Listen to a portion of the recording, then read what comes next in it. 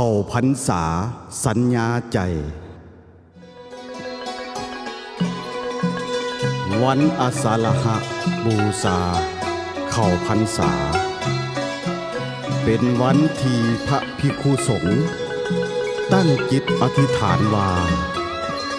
จะอยู่ประจำในวัดวาอารามตลอดฤดูฝนซึ่งมีกำหนด3 เดือนตามพระพุทธเจ้าได้บัญญัติไว้เริ่มแต่วันขึ้น15 ค่ำเดือน8จนถึงวันขึ้น15 ค่ำเดือน11โดยบ่ไปนอนข้างคืนในที่อื่นยกเว้นมีเหตุอันจำเป็นตามพุทธองค์ทรงบัญญัติไว้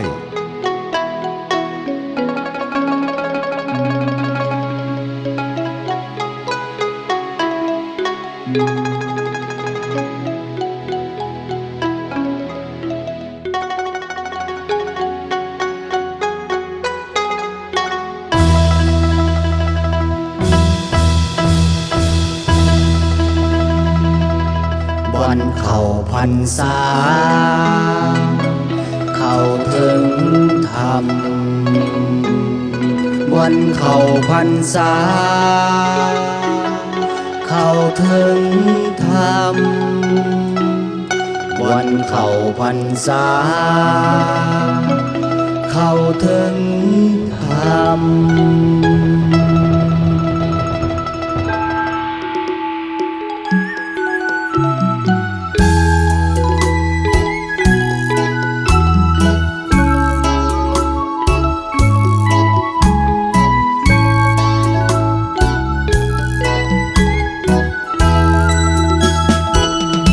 วันเข้า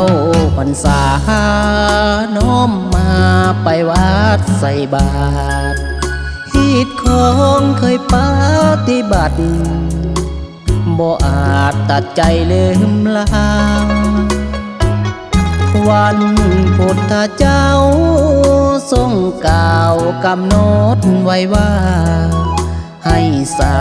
มเณรครูบาจำพรรษาเวลา3 เดือนต้นเหตุพระสงฆ์ทุดงไปทั่วแห่งหนเหยียบย้ำพืชพันธุ์ออกต้นยามฝนหนทางเปียกเปื้อนจึงกำหนดไว้วินัยของบอกเตือนให้จำพรรษา3 เดือนห้ามเคลื่อนไหวเที่ยวไปมา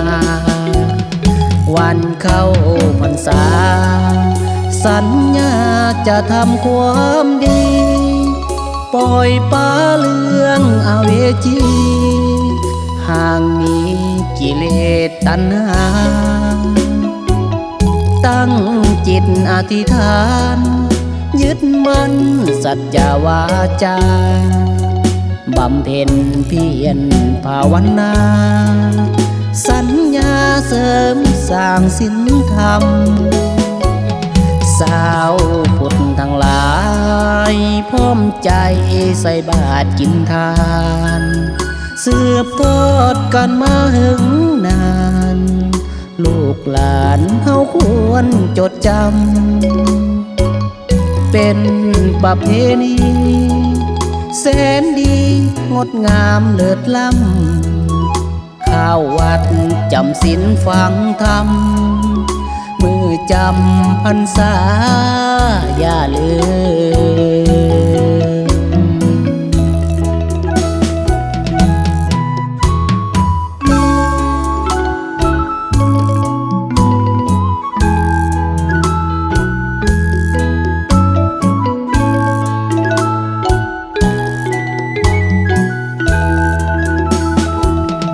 วันเข้า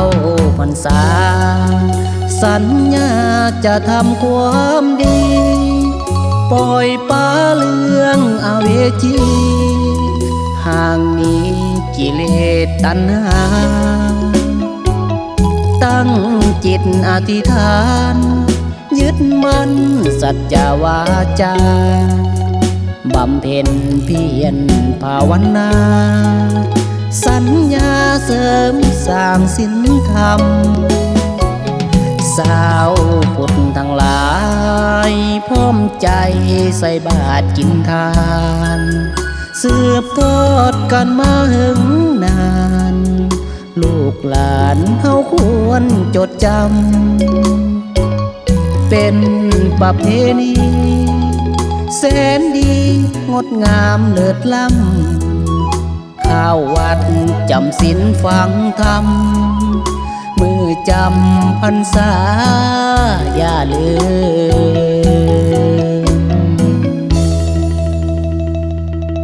วันเข้าพรรษาเข้าถึงธรรมวันเข้าพรรษาเข้าถึงธรรมวันเข้าพรรษาเข้าถึงธรรม